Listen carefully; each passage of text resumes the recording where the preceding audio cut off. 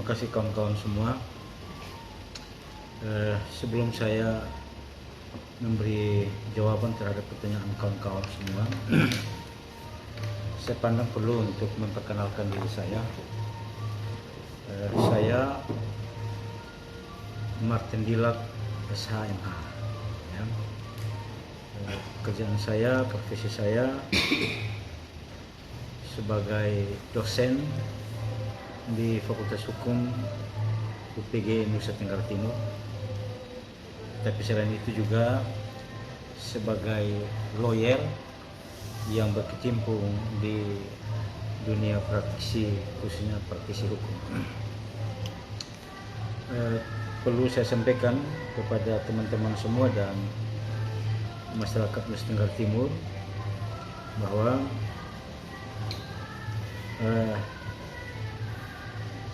semenjak kasus yang mendera klien kami, Pak Joni di sini,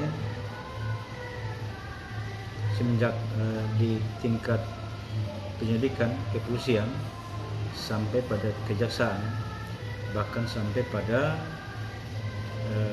persidangan di pengadilan, baik pengadilan negeri maupun pengadilan tinggi,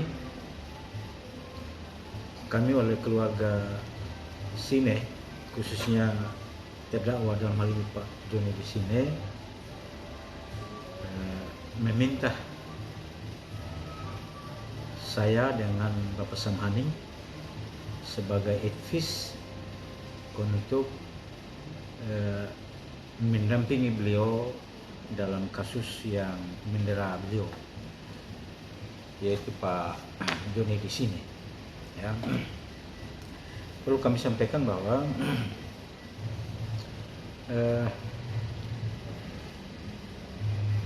kemarin hari Sabtu, ya, itu keluarga Pak Joni di sini dan khususnya Pak Joni di sini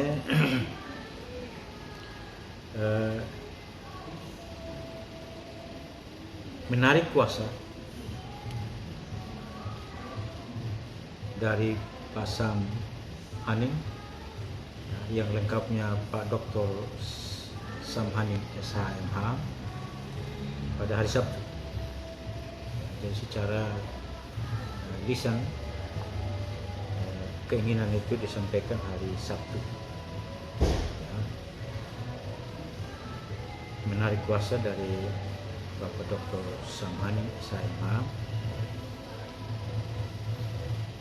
dan secara tertulis penarikan kuasa itu dibuat secara tertulis baru tadi pagi.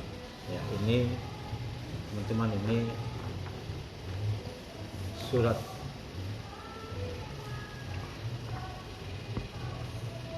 penarikan surat kuasa. Ya. Nah, dengan penarikan ini maka secara hukum putus pula hubungan hukum antara Pak Joni di sini dengan Bapak Sam Haning, Dr. Sam Haning SHMH, dalam kaitannya dengan pendampingan terhadap Pak Joni di sini. Ya. Jadi perlu kami sampaikan kepada seluruh masyarakat Nusa Tenggara Timur agar ini menjadi pengetahuan kita secara bersama-sama. Ya. Nah, dengan penarikan ini maka saya Martin Dilak SHMH itu dengan sendirinya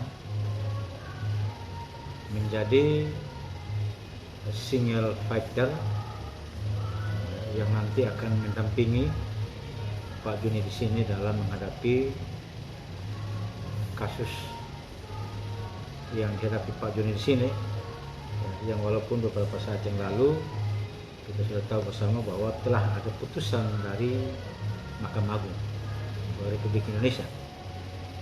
Ya, tetapi dengan putusan dari Mahkamah Agung Republik Indonesia tidak akan berhenti di situ. Masih ada hal-hal lain lagi yang tentu akan diperjuangkan sebagai warga Indonesia yang secara de jure setiap warga negara Indonesia dijamin hak asasi manusianya, ya. Manakala hak-hak asasi manusia warga negara Indonesia dilanggar, tentu ada upaya untuk mengembalikan hak asasi itu agar tidak dilanggar. Ya. Saya kira itu dulu yang dapat saya sampaikan kepada teman-teman semua. Mungkin ada hal-hal yang mau dipercakapkan, saya silakan untuk teman-teman. Tapi sekali lagi saya menegaskan bahwa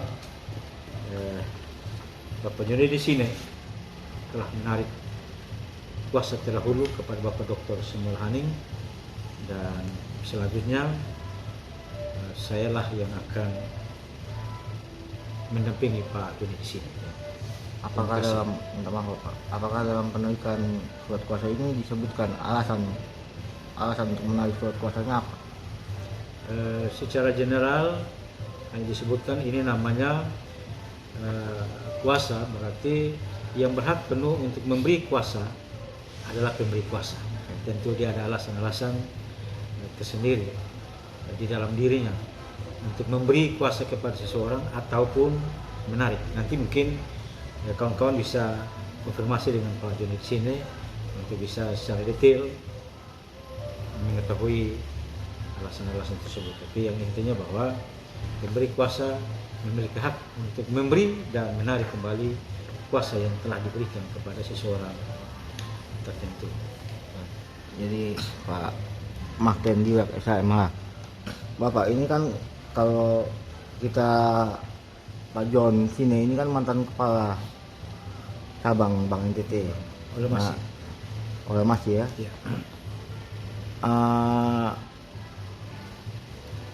Terkait dengan keputusan pengadilan negeri dan pengadilan tinggi, itu pada akhirnya Pak John Sine ini kan dipecat dari Bank NTT. Ya.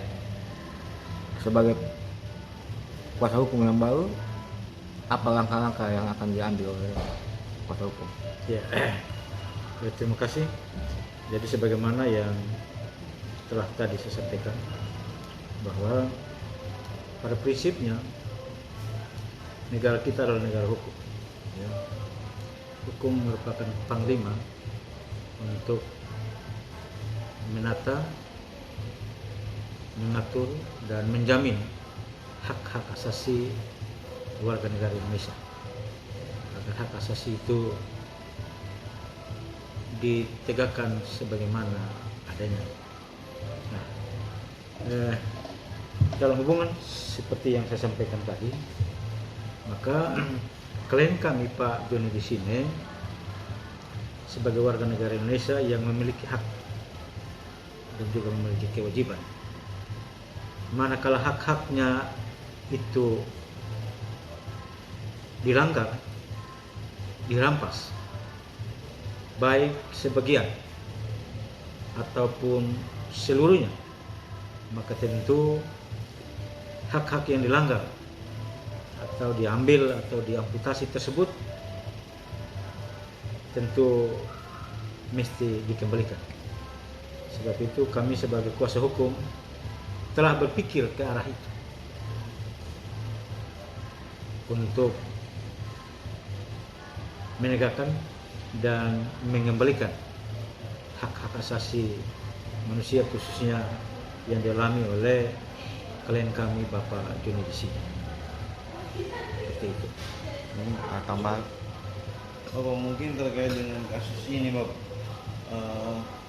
klien Bapak setelah upaya yang Bapak sampaikan, langkah selanjutnya berkaitan dengan putusan MA dalam Hakim Agung itu, tindak lanjutnya seperti apa Bapak? Kan sebelumnya disampaikan oleh penasihat hukum terdahulu bahwa akan menempuh upaya hukum kepada pihak-pihak lain yang yang merasa merugikan klien Bapak. Nah, mungkin apakah langkah hukum yang akan ditempuh?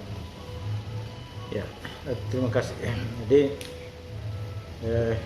tadi juga saya telah menjelaskan bahwa saya selaku kuasa hukum daripada Pak Jonan Sile tentu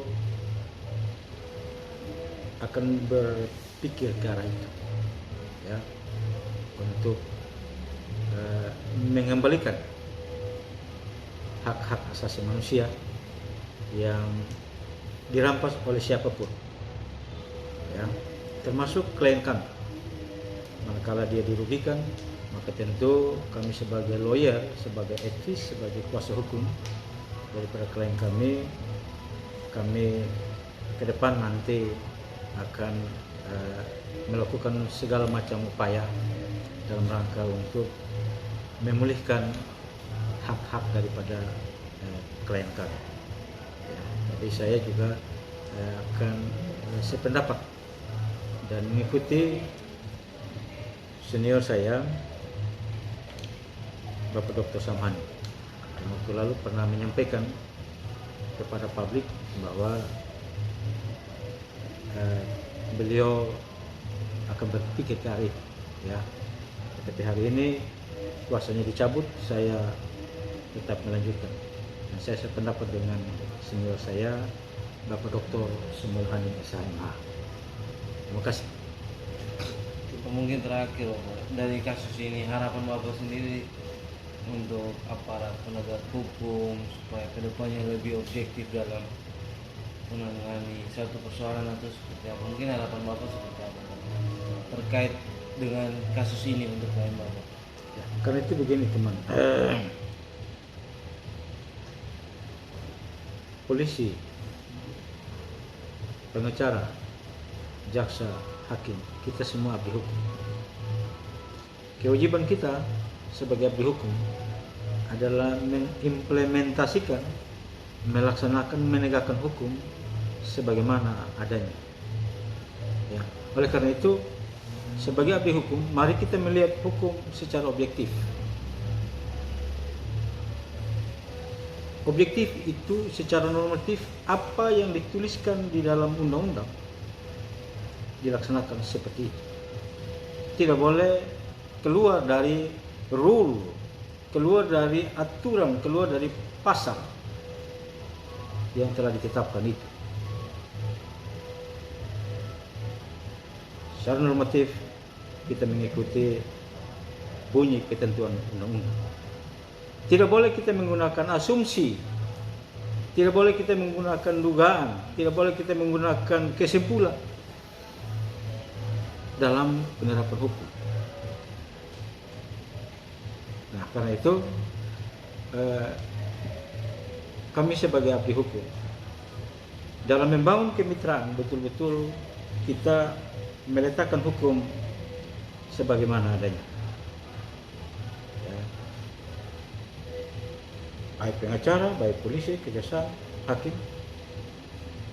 harus kita tegakkan hukum sebagaimana adanya. Sebagaimana adanya itu yaitu bahwa apa yang ditulis di dalam undang-undang itulah yang dilaksanakan. Termasuk di dalam kita melihat suatu putusan. Mesti normatif, Pak. Tidak bisa menggunakan asumsi. Bisa saja salah, kan? Kalau setiap orang diberi interpretasi untuk menafsirkan suatu aturan, bahaya. Nah, karena itu pembenarannya ada pada aturan, pada undang-undang itu. Di dalam undang-undang semua sudah ditulis secara eksplisit, tinggal kita mengikuti saja. Ya. Saya kira itu teman-teman. Masih ada lagi?